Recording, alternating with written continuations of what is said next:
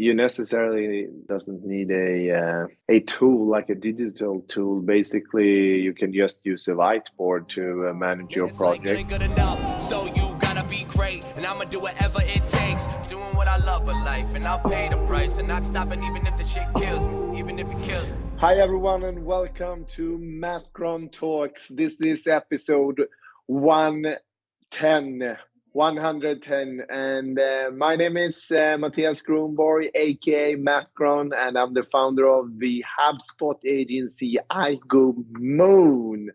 And here I'm talking about my scale-up journey, building this company from nothing to something. And of course, with me as usual, my co-host Svea-Malina Landshoff. How are you doing today?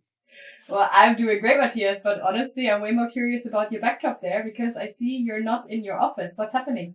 This is my new office, or how should I say, in the making of my new office. And this is a piece of that.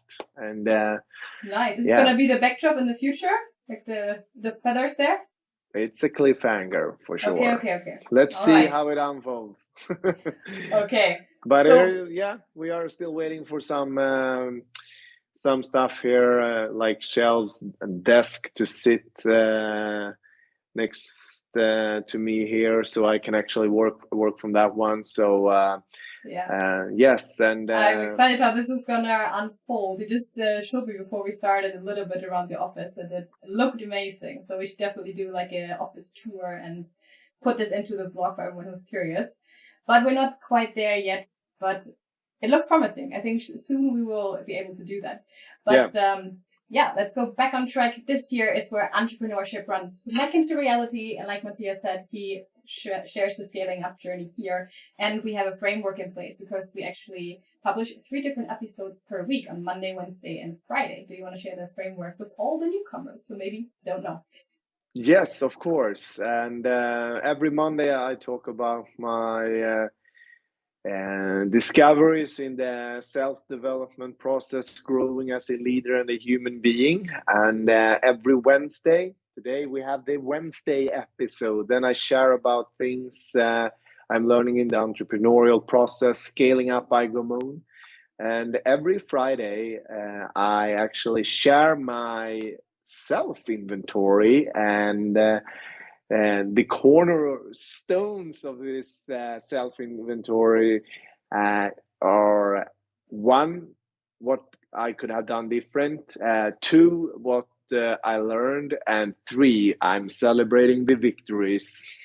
And as Svea always summarizes it, my diary. Yes. Yeah, let's jump right into our Wednesday episode. Like you said, to talk about business here, scaling up the company. And I remember that in one of the last week's episodes, you were actually talking about that you were changing your project management tool from Trello to ClickUp. Yeah, I wrote it down here. But first of all, I want to talk generally about people who might be, starting a business. They're new to this. What is a project management tool and why do you need that? I mean, you necessarily doesn't need a tool like a digital tool. Basically, you can just use a whiteboard to manage your projects. And very often. Did you do that in the beginning? Didn't you use we did that. Yeah, we had a lot of whiteboards just before COVID actually. But when the pandemic hit, we needed to kind of bring everything online. To be honest, I think the project management process was actually the only thing we didn't do like 100% digital before Corona. But we actually used whiteboards for some of the like the delivery part of iGoMoon and the project management. It's just like a tool so that everyone involved into a project can keep track on where everyone else is and how far you are in the project. Is that right? How I imagine it? Yeah, you can say that. And the most important thing is actually keep track of your own activities, so you can get a clear understanding what you need to deliver each day and understand if the day was a success. And okay, yeah. Also, so for personal or individual tracking. Yeah. So I guess for both definitely. groups and individual. Okay. Like it's both from an individual perspective, a team perspective. So yes, and a project management perspective.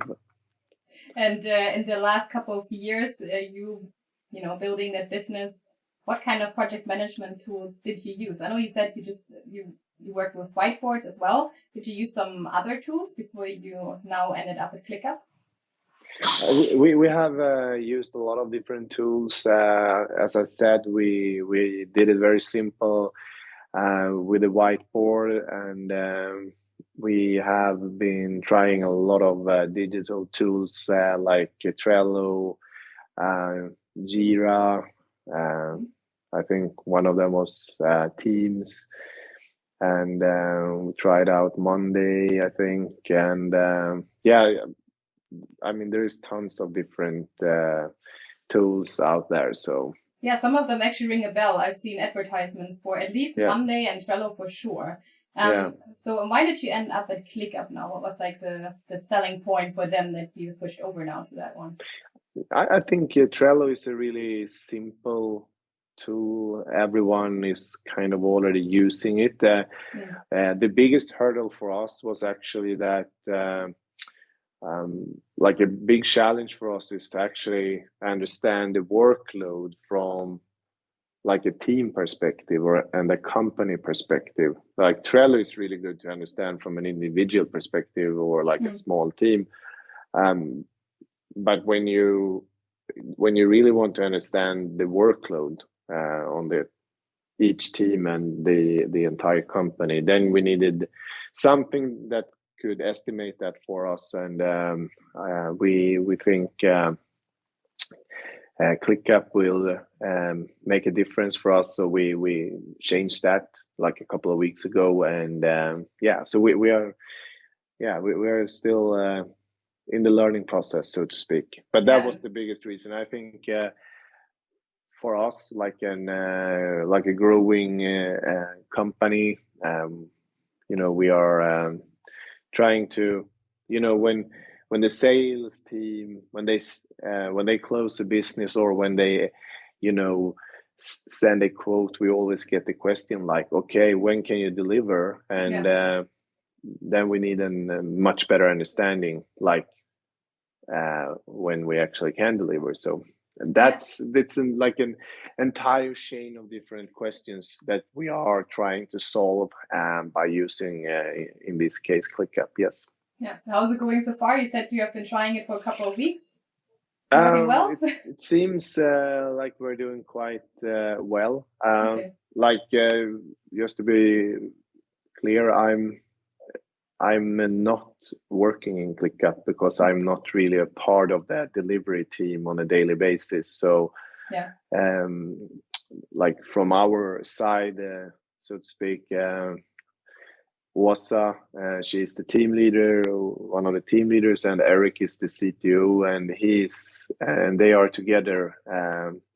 They have been doing this, how should I say, leading this project, actually. Switching project management tools. But what I have heard from them, we are doing good. The tool I use most is actually Todoist for my own work, and I